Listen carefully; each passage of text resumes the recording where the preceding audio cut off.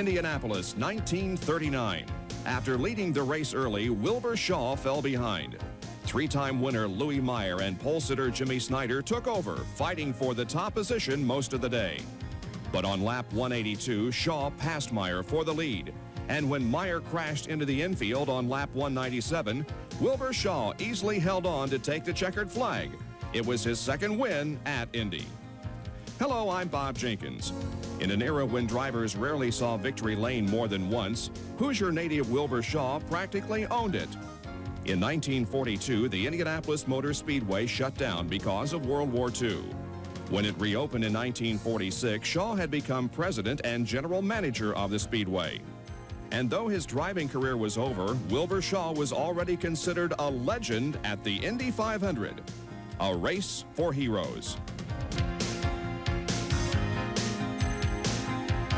Wilbur Shaw spent most of his boyhood in small Indiana towns southwest of Indianapolis. Late in his teens, he took a job with Speedway Engineering Company with one goal in mind: learn as much as possible about racing. Before long, Wilbur was working on and building dirt cars. In 1921, 18-year-old Wilbur tried to enter his first race at the old Hoosier Motor Speedway dirt track on Indy's east side. He was turned away, but in 1924, Wilbur Shaw was racing successfully on dirt tracks in Indiana, Illinois, and Ohio, the so-called suicide circuit. He progressed steadily on dirt tracks, and in 1927, Shaw was ready to try Indy. His first ride was in the number 29 Jinx Special, bought for Wilbur by a businessman and friend named Fritz Holliday. As part of the deal, the car came with a mechanic, future three-time winner Louis Meyer. I went back to Indianapolis from Los Angeles with Frank Elliott, who was driver at Indianapolis. I worked for him in 1926, and in 1927, he sold the car, and Wilbur Shaw drove it, and I went with the car. Shaw started the race 19th and was soon moving up in the pack. Early in the race, Norman Batten's Miller Special burst into flames. Sitting atop the cowling and steering with his feet, Batten heroically got the car through the pits with all of the fuel there and jumped from the car when it was safe. He was not seriously hurt.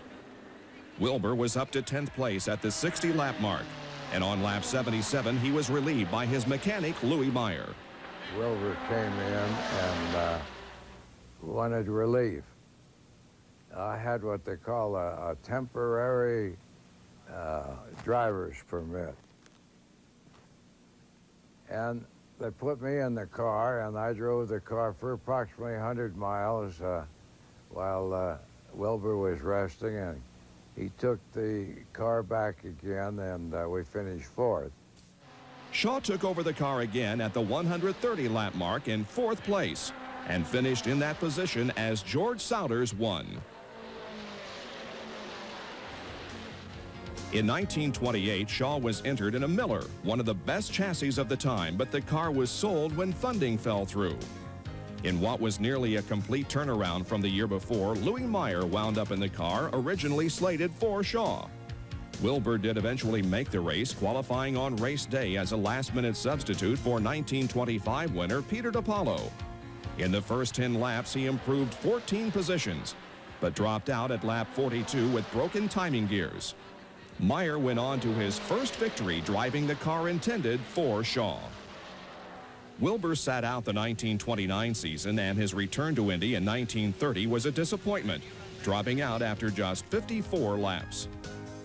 Still trying to get his Indy career into gear, Wilbur Shaw had another poor showing in 1931. After blowing an engine trying to qualify for Augie Duesenberg, Wilbur joined the Fred Duesenberg team as a relief driver. Filling in for Phil Pardee, Shaw hit the wall in turn 3 and went over. He was shaken up but returned to the pits and drove 51 laps of relief for teammate Jimmy Gleason, who finished 6th. At Indy, even the most talented drivers need a break, and Wilbur Shaw, a persistent but luckless young driver, got a break of sorts in 1932. Leading car owner driver Ralph Hepburn was injured early in the year, and he was not able to drive his car at Indy, so he hired Wilbur. Hepburn's car was a definite challenger, and Shaw was up to the test. Qualifying on the second day of time trials, Wilbur secured the 22nd starting position, posting the 5th fastest time in the expanded field of 40. On race day, Shaw ran tough, taking the lead for the first time in his career on lap 116. Shaw led for a total of 26 laps, but dropped out on lap 158 shortly after losing the lead to eventual winner Fred Frame. Though he only placed 17th, 1932 was Shaw's best year yet, and things were looking up. In 1933, Wilbur's reputation as a driver was given a big boost. Struggling all day with an ill-handling car, Shaw nursed his car home to a second-place finish, his best to date, as Louis Meyer won his second 500. In 1934, Shaw would be recognized as a serious contender.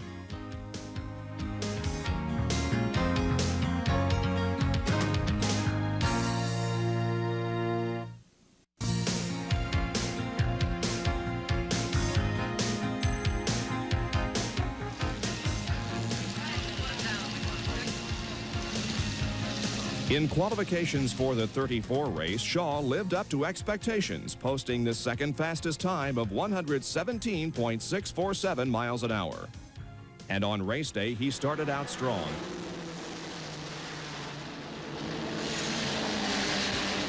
But finished very early as an oil leak forced him out of the field on lap 15. Shaw helped build his car for 1935, and it was a good one. Starting from the 20th position, he quickly moved up to the top 5. At 130 laps, Wilbur was running second behind Kelly Patillo. And though Shaw briefly held the lead, Patillo was able to pass Shaw and take the win, as rain slowed the pace for the last 100 miles. Patillo's margin of victory was 40 seconds, a very close finish in 1935. Many of the successful drivers also owned their cars.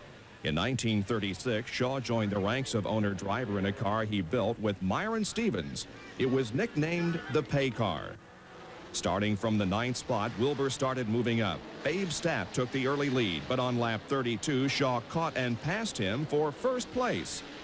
He kept the lead until lap 82 when loose rivets forced him to the pits. The problem was repaired, but after a few more laps, he was back in again. He stayed in the pits for 19.5 minutes. But came back to take 7th place as Louis Meyer won, becoming the first 3-time winner. For the 1937 race, Shaw modified his car to eliminate the body panel problem that cost him a chance to win the year before. Shaw qualified at a speed of 122.791, good for the middle of the front row. And on race day, he dominated. He took the lead and stretched it to more than 2 minutes over second-place driver Ralph Hepburn. But scalding hot oil was leaking on him and Jigger Johnson, his riding mechanic, plus his right rear tire was wearing out. With only 11 laps to go, Shaw, in a great deal of pain, was driving cautiously, allowing Hepburn to unlap himself. And on the last lap, Ralph nearly caught the slow-moving front runner. Shaw hung on to win by just 2.16 seconds, an incredible record for the smallest margin of victory that remained untouched until the amazing John Cock Mears photo finish of 1982.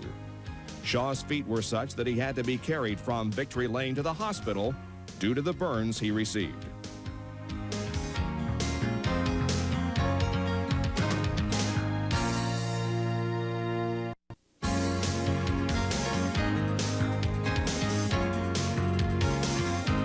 Wilbur Shaw teamed up with car owner Mike Boyle and ordered a new Maserati for the 1938 500. But when the car arrived from the factory, it was a disappointment. The engine was only 90 cubic inches when they were expecting 183. Shaw didn't think the car would be competitive, choosing instead to drive his reliable Pay Car, the winning entry just the year before.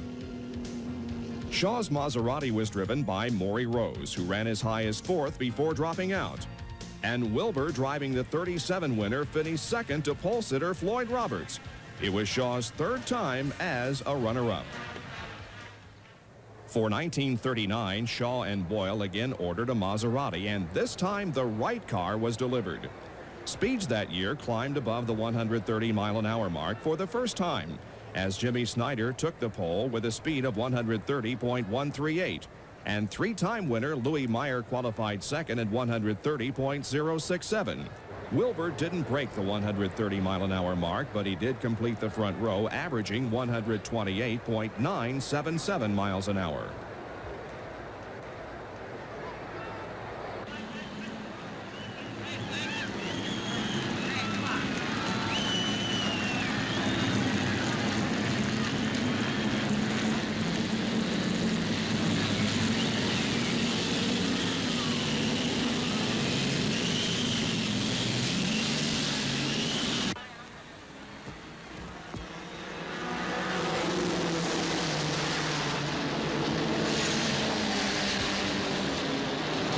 Snyder got the jump at the start, but at the end of the first lap, Louis Meyer was in front, and Shaw was close behind. By lap 37, Wilbur was in the lead. He held on for 32 laps before dropping back. For 300 miles, Shaw stayed within striking distance as Meyer and Snyder traded the lead. Meyer eventually took charge, taking the lead on lap 135 and holding it until late in the race. On lap 182, with Shaw closing the gap, Meyer was forced to stop for tires. Shaw pitted as well and took the lead with a quicker stop. Meyer desperately tried to catch up, and with just 3 laps to go, Meyer suddenly lost control coming out of turn 2, crashed through the infield fence, and was thrown from the car. Miraculously, he was not hurt. Shaw went on to claim his second victory in 3 years.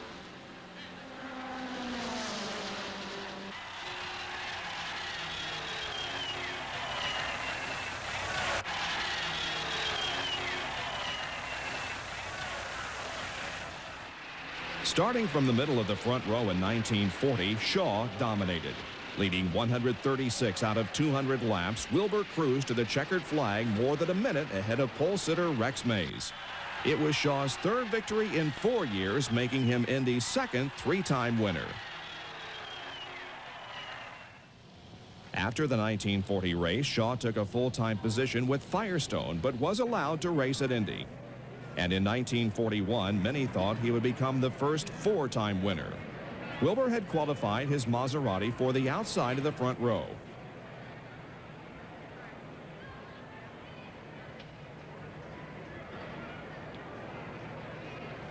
But disaster struck long before the green flag fell. On race day morning, fire destroyed several garages, but only one qualified car was damaged. The fire, however, would come back to haunt Shaw.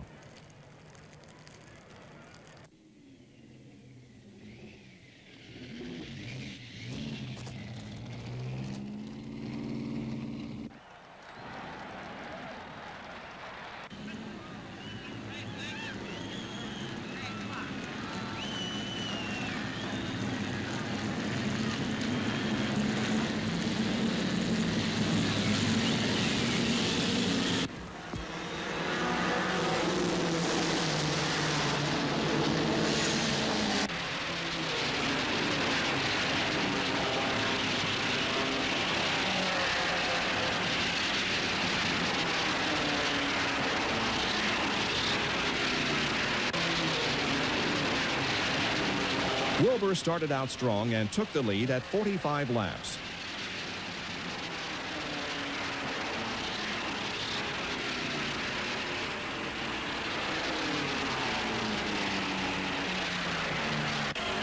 Pacing the field for the next 250 miles, it looked as if Wilbur would win. But on lap 152, a wheel collapsed, sending him into the wall.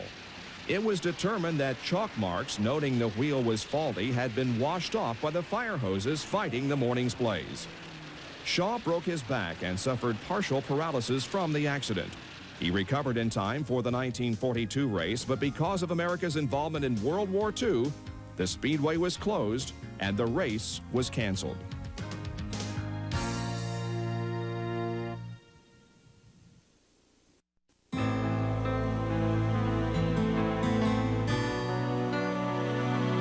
During the war, the Speedway was neglected. It became overgrown and deteriorated. Through the war of 5 years or so, there was no maintenance, maybe not too much even before that. So much so that when we came in here, there was a grandstand right at the paddock where the paddock stands. And that poor old stand was so tired that it was just boards laying on the ground. I mean, there wasn't even a post up. And then when we went around, I remember there was a stand on the second turn, and that stand had fallen completely down. I mean, there wasn't any boards you could put on to patch it. Owner Eddie Rickenbacker was ready to sell. Wilbur Shaw led the search for a new owner, and he found one, Terre Haute businessman Tony Hulman.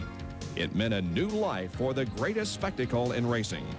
And it meant a new career for Wilbur Shaw, the track's newly appointed president and general manager. In this promotional film shot in 1951, Wilbur invites viewers to join him in a lap around the Speedway. Oh, hello there. I understood you were coming down to see what takes place prior to the race. And I think if you want to get into the really interesting part of it, we ought to take you back into the garages where we see how these boys make them go and where they make them run as fast as they do.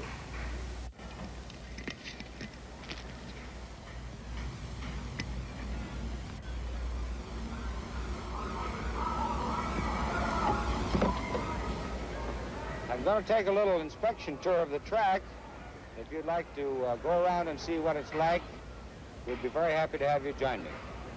Just up run on the other side and we'll get going.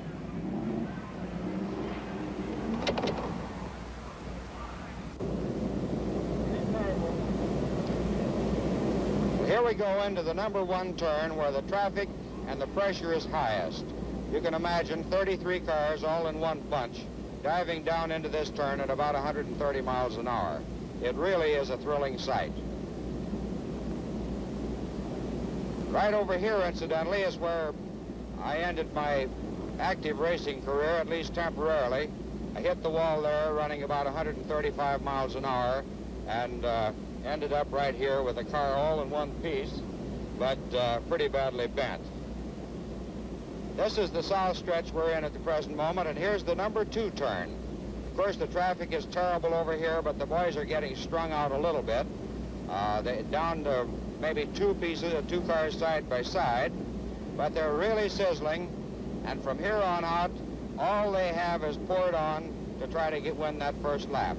This is a very ticklish spot right here, and has been active in several spectacular accidents. The Floyd Roberts accident happened there. Now here's the Gulf Bridge and the famous back stretch. This stretch is the smoothest part of the track and where the speeds are highest. Right along in here, the boys are probably running in the order of 175 to 180 miles an hour.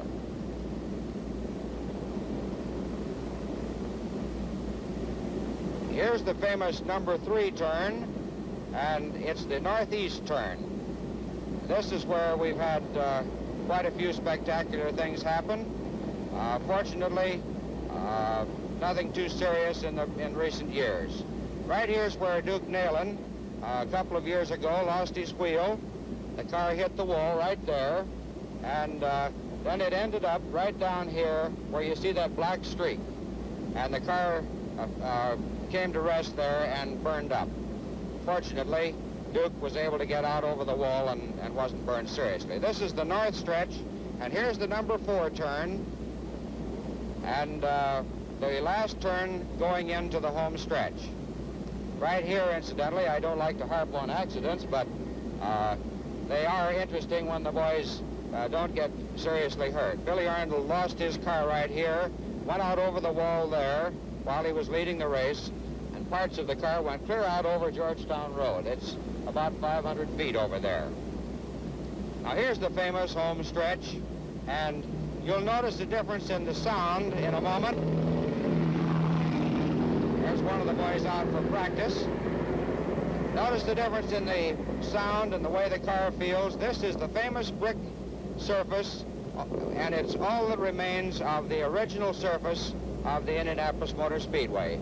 Just from the point back there down to the end of the stretch. And here's the finish line, also the starting line, and here's the way the boys pull into the pits in practice. This is a safety measure. We no longer allow the cars to park outside the pit because of the risk involved.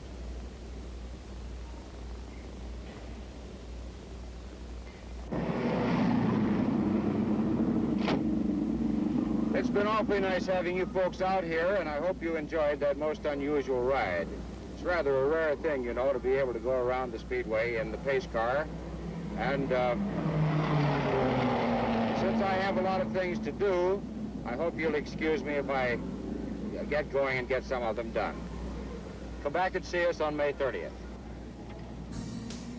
Like many drivers of the era, Shaw cheated death often. His first serious accident in 1923 fractured his skull, and that convinced him to be among the first drivers at Indy to wear a hard helmet. He was also thrown out of his car in a dirt track accident in 1933. He landed on his hands and knees and suffered only minor bruises.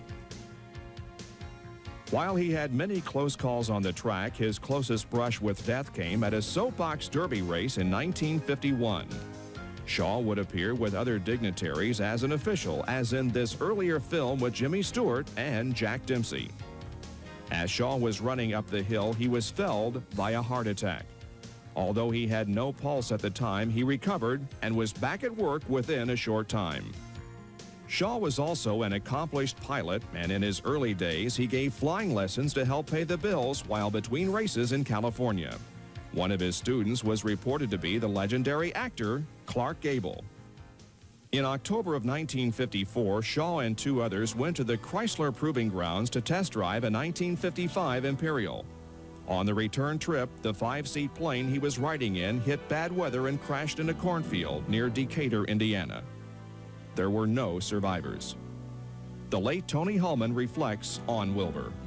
And I had a very enthusiastic individual that had recommended to me and Wilbur Shaw. He was a great public relations and wonderful personality, knew a lot of people, and Wilbur was a tremendous help at the start. And he was here from 1945 until 1954.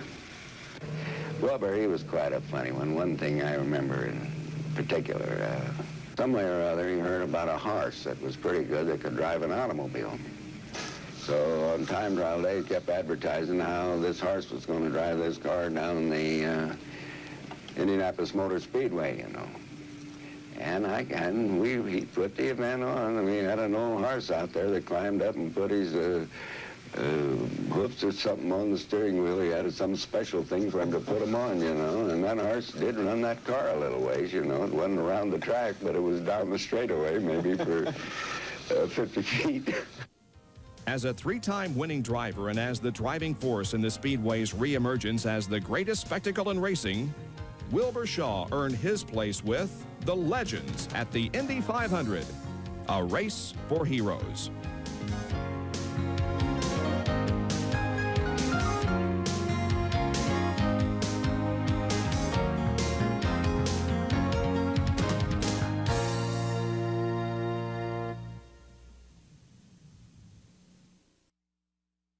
Wilbur Shaw spent most of his boyhood in small Indiana town southwest of Indianapolis. Late in his teens, he took a job with Speedway Engineering Company with one goal in mind: learn as much as possible about racing. Before long, Wilbur was working on and building dirt cars. In 1921, 18-year-old Wilbur tried to enter his first race at the old Hoosier Motor Speedway dirt track on Indy's east side. He was turned away, but in 1924, Wilbur Shaw was racing successfully on dirt tracks in Indiana, Illinois, and Ohio, the so-called suicide circuit. He progressed steadily on dirt tracks, and in 1927, Shaw was ready to try Indy.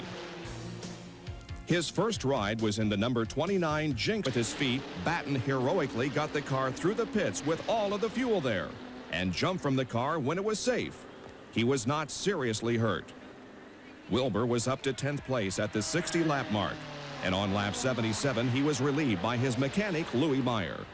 Wilbur came in, and wanted relief. I had what they call a temporary driver's permit.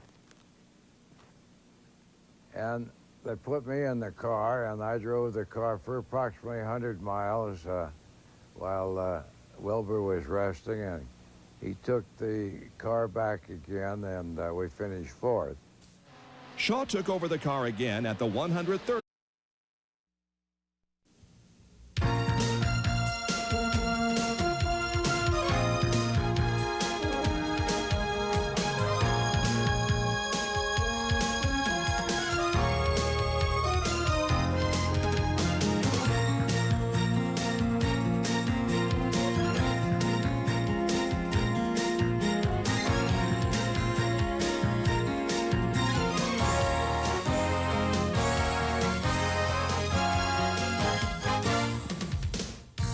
Indianapolis, 1939.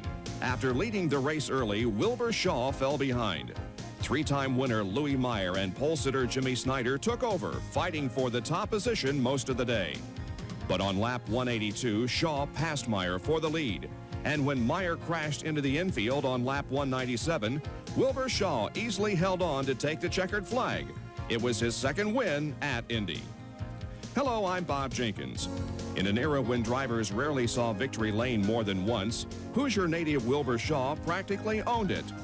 In 1942, the Indianapolis Motor Speedway shut down because of World War II.